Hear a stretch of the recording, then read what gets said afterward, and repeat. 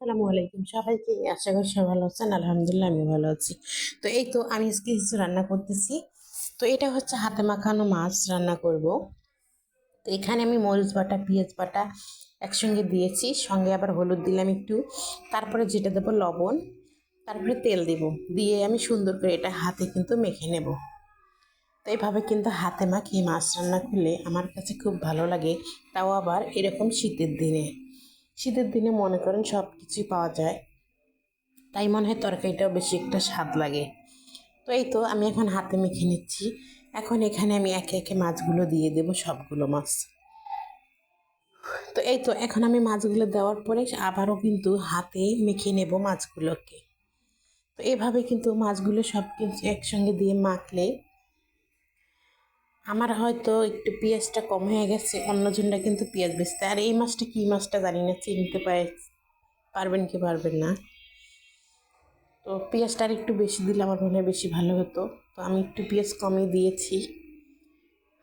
তারপরেই তো আমার দেওয়া হয়ে গেছে, এখন আমি একটু হাত দেওয়া পানি দিয়ে দিচ্ছি এখানে। তো এই তো পানি দেওয়া হয়ে গেলেই এখানে আমি চুলায় বসিয়ে দেব, দিয়ে কিছুক্ষণ জাল করে নেব। মানে আমি এটা কষাই নেব মাছটা। কষাই নেওয়ার পরে আপনাদের দেখিয়ে দেবো কত সুন্দর হলো। তো আদা রসুন দেওয়া কিন্তু আমি ভুলে গিয়েছিলাম। তারপরে এখন একটু আদা রসুন দিয়ে দিলাম। তো এই তো এখন মাছটা সুন্দর করে কষানো হচ্ছে।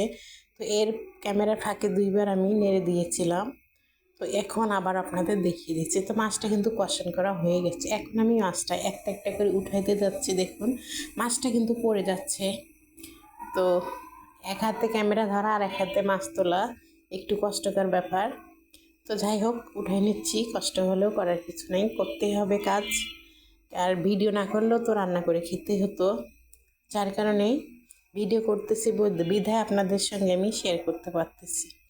তো এই তো মাছগুলো আমি উঠাই নেওয়ার পরে এখানে যেটা দেবো সেটা হচ্ছে আমি কিছু আলু দেব তরকারিতে। তো আলুটা আমি কেটে ধুয়ে রেখে দিয়েছি। এখন এখানে আলুগুলো দিয়ে আমি মশলাটার সঙ্গে কিছুক্ষণ জাল করে নেব আলুগুলো। তো আলুগুলো কিন্তু আমি একটু লম্বা সাইজ করে কেটে নিয়েছি, যাতে যেন এই তরকারির সঙ্গে আলুটা দিলে ভালো লাগে। আর এই আলুটা হচ্ছে পুরান আলু, নতুন আলু অবশ্যই নয়। তো এই তো পুরান আলুটা এখন দিয়ে দিলাম, আর একটু পানি দিয়ে আমি জাল করে নিচ্ছি। মানে আবার ওইটা কষিয়ে নেব। কষানো হয়ে গেলে এখানে আমি শাক দিয়ে দেবো। এই যে পালং শাক কেটে বেছে ধুয়ে রেডি করে রেখে দিয়েছি, এখন আমি এখানে দিয়ে দিচ্ছি। তো শাকগুলো দেওয়ার পরে আমি আর কিছুক্ষণ নাড়বো না, অফ রাখবো। মানে সিদ্ধ হওয়া একটু গলবে, তারপরে কিন্তু আমি এটা নাড়বো। ঢাকা দিয়ে কিন্তু রেখে দিলাম। তারপর দেখুন শাকটা একদম সিদ্ধ হয়ে কোথায় চলে গেছে। তো এখন আমি একটু উল্টায় দিচ্ছি খুচুনের সাহায্যে। তো এই তো এখন আমার উল্টো হয়ে গেলে আবারও আমি খুচুন দিয়ে আস্তে আস্তে করে এটাকে মানে পুরোটা ছড়িয়ে দেবো শাকটা, যাতে যেন সিদ্ধ হতে ভালো হয়।